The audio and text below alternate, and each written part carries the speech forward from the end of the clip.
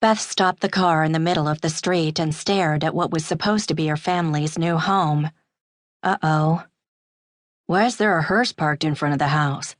In the passenger seat, her son Ben chewed on his thumbnail. At 12, he was wise beyond his years, and that was all her fault. That's a really good question. Her gaze shot to the rearview mirror. The road behind her was empty. Satisfied that she hadn't been followed, she nudged the gas pedal with a toe, turned off the estate's private road, and parked at the base of a circular drive. She stared through the windshield at the strange vehicle 2 cars ahead. Mild queasiness from a 7-hour drive and a greasy rest-stop cheeseburger churned into full-blown nausea. The fragile hope she'd nurtured all day evaporated in an instant. Just once she'd like something to work out the way she'd planned. Just once. Are you sure this is the right place? Ben asked. This is it. The Dutch colonial mansion looked exactly the same as when she'd interviewed for the caretaker position 2 weeks ago, except for the hearse. That was definitely new. Weird. Yeah, and weird was so not what they were looking for. Ben lowered his hand and picked at the cuticle. What do you think it's doing here? Only one way to find out. She peered over the seat back. Katie's eyes remained closed. Her head rested on the side of her booster seat. Behind her 7-year-old daughter, luggage and boxes crowded the rear of the wagon. Beth turned back and contemplated the black curtained vehicle again. Maybe you should wait here while I check it out. Ben shot her a duh look. He clearly had no intention of coming in with her. Lock the doors. She covered his hand with hers and squeezed. It'll be okay. He nodded as he opened the car window a few inches. His gaze shifted back to the hearse. She couldn't blame him. It drew the eye like Gorbachev's port wine birthmark. Rusty metal protested with a grating squeal as she wrenched the door open and slammed it shut. Thick clouds kept the sun's rays at bay, but midsummer humidity clung to the evening air. She picked her way across a crabgrass and weed-encroached gravel path.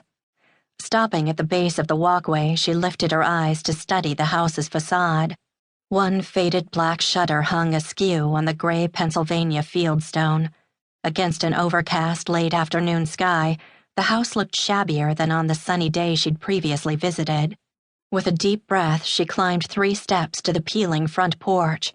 Her finger hovered over the doorbell. Moisture pooled on her lower back, saturating the waistband of her dress slacks.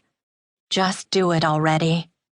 Chimes broke the silence, followed by the muffled bark of what sounded like a large dog. The front door opened.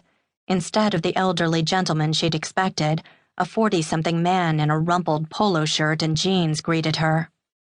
Even slouched over a crutch, he towered over her by at least a foot. A metal brace enveloped his leg from mid-thigh to mid-calf. A glass of amber-colored liquid hung from the fingertips of his free hand. Can I help you? He lowered his hand from the doorknob to the handle of the crutch. Beth's gaze rose, traveling up his long legs and narrow hips, over the muscular wall of his chest, and settled on his well-defined biceps. Horrified by her gawking, she jerked her gaze up to his face and cleared her throat. I'm looking for Mr. O'Malley. I'm Mr. O'Malley. Alcohol fumes wafted over the space between them. Eyes stinging, Beth pulled back. No, you're not. He raised his brows and grinned. I'm not?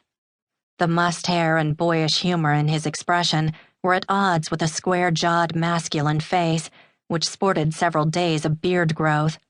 His eyes were deep brown, the color of dark chocolate and just as tempting. Even in their current bloodshot state, they captivated her for a few seconds longer than was polite.